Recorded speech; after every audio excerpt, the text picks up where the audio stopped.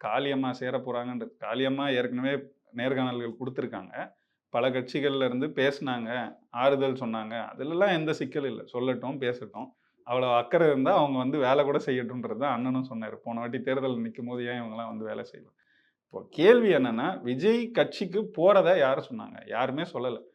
கூட்டணி வைப்பாங்கன்னு யார் சொன்னாங்க? யாருமே சொல்லல. ஊடகங்கள் இந்த மாரி கேள்வி கேட்கும்போது மீண்டும் மீண்டும் ஏன்னா, இதுவரைக்கும் விஜய் அவர்கள் வந்து ஊடகங்கள சந்திக்கல. அதனால அவர்ட்ட கேட்க முடியல. அவர் கட்சிய சார்ந்தவங்க யார கேட்டாலும் தலைவர் முடிவு பண்ணணும்னு சொல்லிடுறாங்க. அப்ப யார்கிட்ட கேட்க முடியும் இந்த கேள்விய? அண்ணன் சீமான் தினம் தினம் நேர்காணல் குடுக்குறாரு, இல்ல செய்தியாளர்கள சந்திக்கிறாரு, இல்ல கட்சிய சார்ந்தவங்க நெறைய பேர் பேசுறாங்க. பேசும்போது திரும்ப திரும்ப திரும்ப இந்த கேள்விய வச்சு கூட்டணி வைக்கிறீங்களா? கூட்டணி வைக்கிறீங்களா? கூட்டணி வைக்கிறீங்கன்னா, நம்ம ஏற்கனவே சொல்லியாச்சே. 4 கட்சிகள் யாரு?